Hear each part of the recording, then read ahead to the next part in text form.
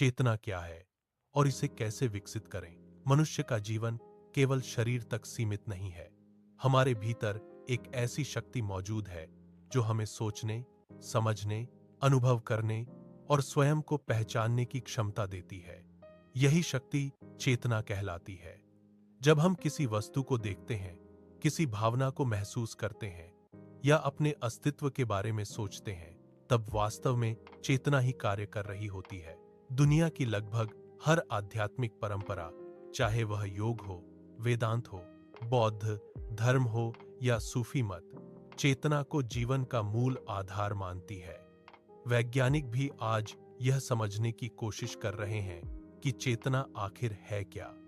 लेकिन आध्यात्मिक दृष्टि से चेतना कोई साधारण मानसिक प्रक्रिया नहीं, बल्कि वह दिव्य शक्ति है जो हमें मैं कौन हूं जैसे प्रश्न पूछने के लिए प्रेरित करती है। आज का मनुष्य बाहरी सुख सुविधाओं में इतना उलझ गया है कि उसने अपनी आंतरिक चेतना से संबंध लगभग खो दिया है।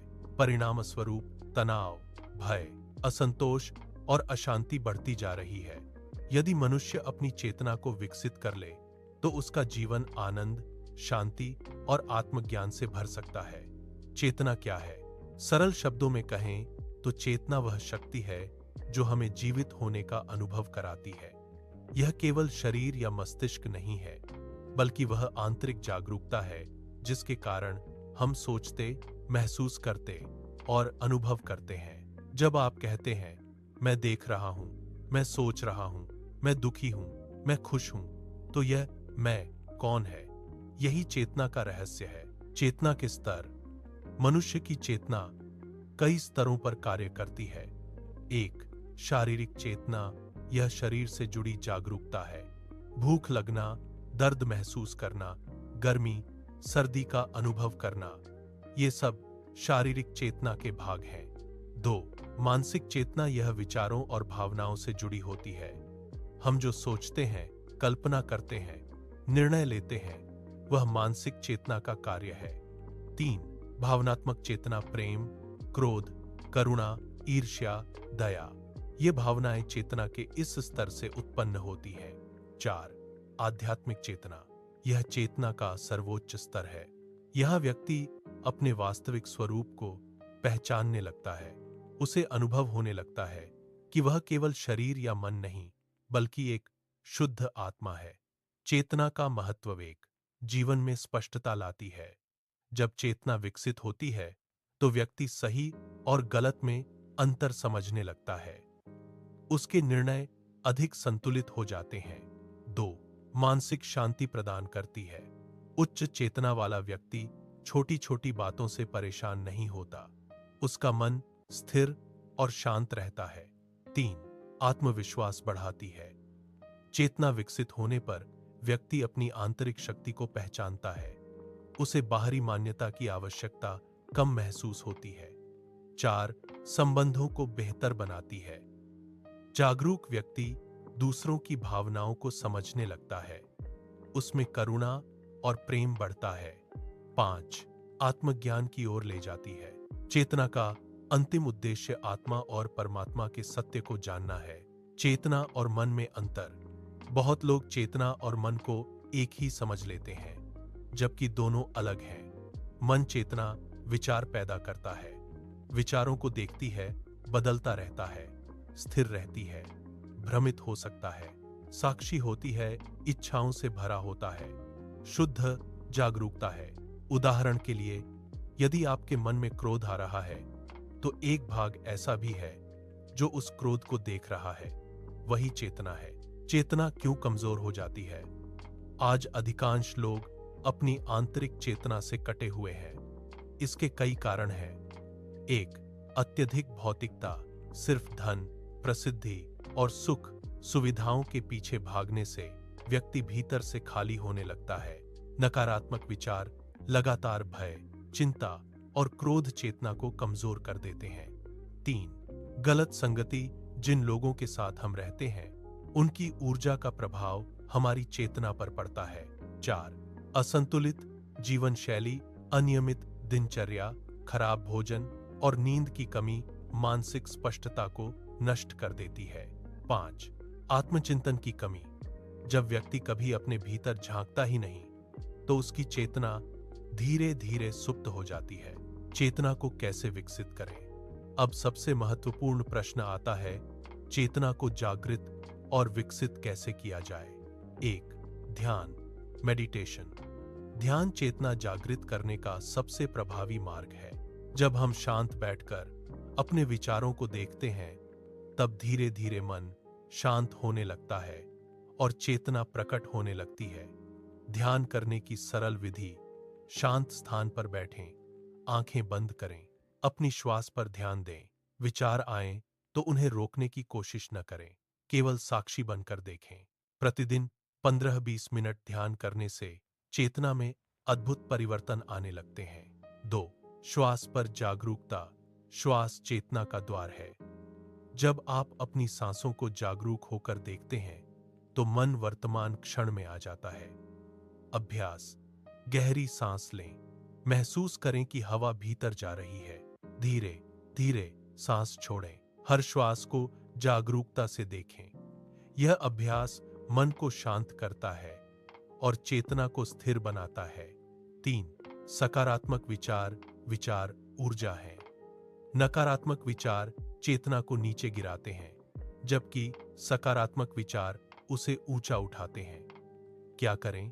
शिकायत कम करें, कृतज्ञता का अभ्यास करें, अच्छे विचार पढ़ें, प्रेरणादायक लोगों के साथ समय बिताएं। 4.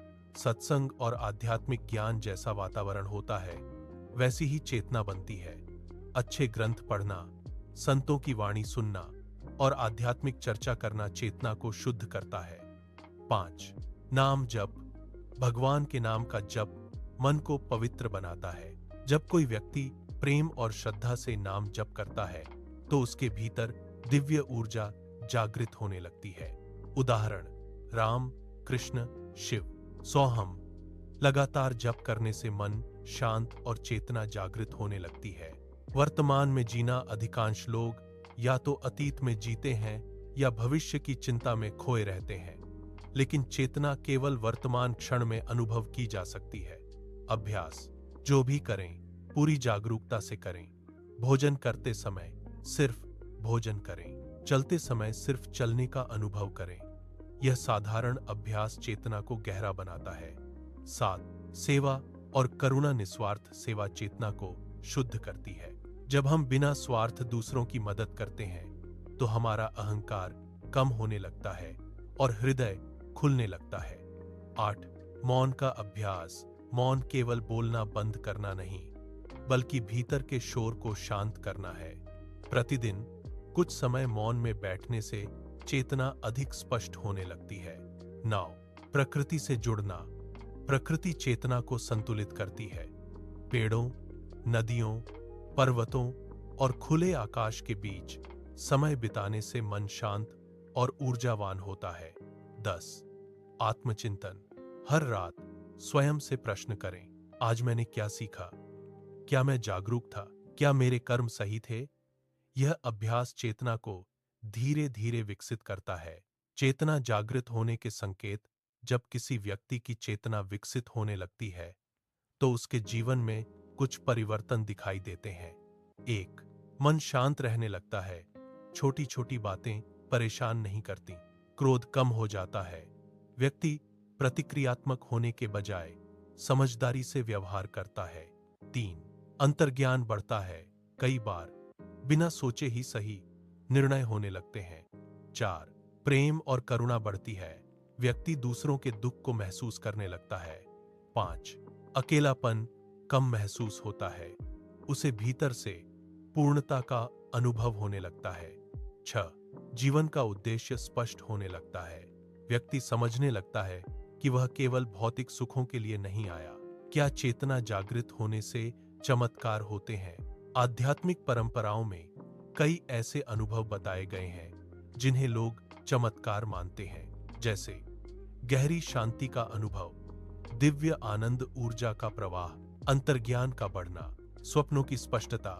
लेकिन वास्तविक उद्देश्य चमत्कार पाना नहीं, बल्कि आत्मज्ञान प्राप्त करना होना चाहिए। यदि व्यक्ति केवल शक्तियों के पीछे भागेगा तो वह भटक सकता है। विज्ञान और चेतना। आज विज्ञान भी चेतना के रहस्य को समझने की कोशिश कर रहा है। न्यूरोसाइंस के अनुसार चेतना मस्तिष्क की जटिल प्रक्रियाओं से जुड़ी है, लेकिन कई वैज्ञानिक मानते हैं कि चेतना केवल मस्तिष्क की उपज नहीं हो सकती। क्वांटम फिजिक्स में भी यह विचार सामने आता है कि चेतना और ब्रह्मांड के बीच गहरा संबंध हो सकता है। हालांकि आध्यात्मिक अनुभवों को पूरी तरह वैज्ञानिक रूप से समझना अभी संभव नहीं है। चेतना और आत्मज्ञान। जब चेतना पूरी तरह जागृत हो जाती है, तब व्यक्ति अपने वास्तविक स्वरूप को जान लेता है। उसे अनुभव होता है, मैं शरीर नहीं हूं, मैं मन नहीं हूं, मैं शुद्ध चेतना हूं। यही अवस्था आत्मज्ञान कहलाती है। भारतीय ऋषियों ने इसे मोक्ष, समाधि और परम शांति की अवस्था कहा है। निष्कर्ष, चेतना मनुष्य के जीवन की सबसे गहरी और रहस्यमयी शक्ति है। यह केवल सोचने की क्षमता नहीं, बल्कि स्वयं को जानने की जागरूकता है। जब चेतना सुप्त रहती है, तब जीवन केवल संघर्ष और भ्रम बन जाता है। लेकिन जब चेतना जागृत होने लगती है, तब व्यक्ति भीतर से बदलने लगता है। ध्यान, श्वास जागरूकता, नाम जप, सकारात्मक विचार, मौन और आत्मचिंतन जैसे अभ्यास चेतना को विकसित करने में अत्यंत सहायक हैं।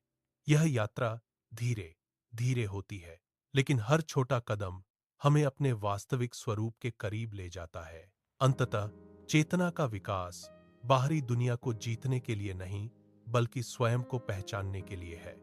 जब मनुष्य स्वयं को जान लेता है, तब उसे वही शांति और आनंद प्राप्त होता है जिसकी खोज वह पूरी दुनिया में करता फिरता है।